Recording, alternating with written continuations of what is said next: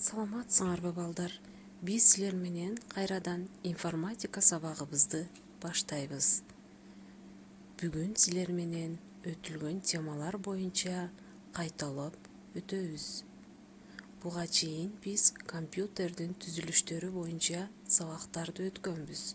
Ошолор боюнча үстүртөн кайталайбыз.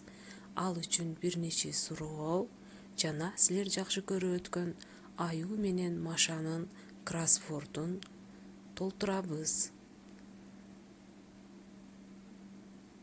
Бизге кандай кроссворд даярдап келди экен? Азыр сабактын жүрүшүндө көрөбүз. Анда эмесе балдар, бүгүнкү сабагыбыздын максаты силер өтүлгөн сабактар боюнча алган билимиңерди бекемдеп, ой жүгүртүүңөрдү өстүрүү менен шамдагайлыкка үйрөнөсүңөр.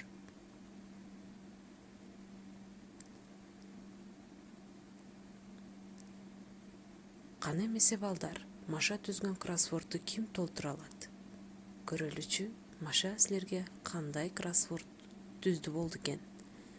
Анда эмесе суроолору. Биринчи суроо. Маалыматты иштетүүчү машина кандай аталат? Компьютердин негизги түзүлүштөрүнүн бири. Үчүнчү сурообуз. Маалыматты чыгаруучу түзүлүш бул кандай түзүлүш? Төртүнчү суроо. Маалыматты сактоочу түзүлүш. Бешинчи суроо. Компьютердин кошумча түзүлүштөрүнүн бири. Демек, бир нече кошумча түзүлүштөрүнүн бири айтат экенбиз. Алтынчы суроо. Компьютерде программалар кайсыл жерде жайгашат? Жетинчи суроо. Маалыматты кагаз бетине басып чыгаруучу түзүлүш кандай аталат? Сегизинчи суроо. Компьютердин экраны кандай аталат? Ал эми акыркы суроо бул маалыматты ээлеген орду кандай аталат? Демек, мына ушул суроолорго жакшылап жооп карайбыз. Бул жерде кроссвордубуздун жооптору бекитилген. Анда эмесе биринчи суроого силер кандай деп жооп бердиңер? Компьютер, азаматсыңар, туура. Экинчи суроо. Процессор, туура. Үчүнчү. Сканер, азаматсыңар, бул да туура. Төртүнчү. Диск, туура. Микрофон, бул да туура. Винчестер. Жетинчи сурообуздун жообу принтер. Сегизинчи суроодун жообу монитор. Ал эми акыркы сурообуздун жообу память. Демек, силер мына ушундай кылып жооп берген болсоңор, анда силердин кроссвордуңар туура чечмеленди. Бул жерде ортосунда периферия деген дагы бир түшүнүккө кайрылабыз. Компьютердин перифериялык түзүлүштөрү кайсылар? Булар боюнча силер мурунку сабактарыбызда өткөнсүңөр.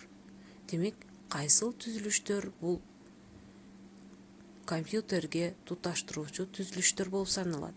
Башкача айтканда, биз маалыматты иштетүүдө колдонобуз. Трекпол, джойстик, видеокамера, клавиатура, мыш жана башкалар. Ал эми маалыматты чыгаруучу түзүлүштөр кайсылар? Монитор, принтер жана проектор, плоттер. Маалыматты сактоочу түзүлүштөр болсо флешка, диск, винчестер. Булар боюнча силер түшүнүк алгансыңар, азаматсыңар балдар.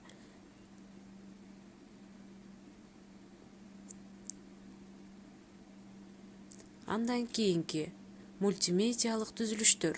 Демек, биз ошол маалыматты берүүдө мультимедиалык түрдө кайсыл түзүлүштөрдү колдонобуз? Наушник жана колонкалар.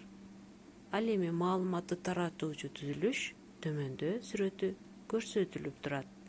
Демек, мына сабагыбызда балдар кыскача өтүлгөн темалар боюнча кайталап алдык. Көңүл бурганыңар үчүн чоң рахмат.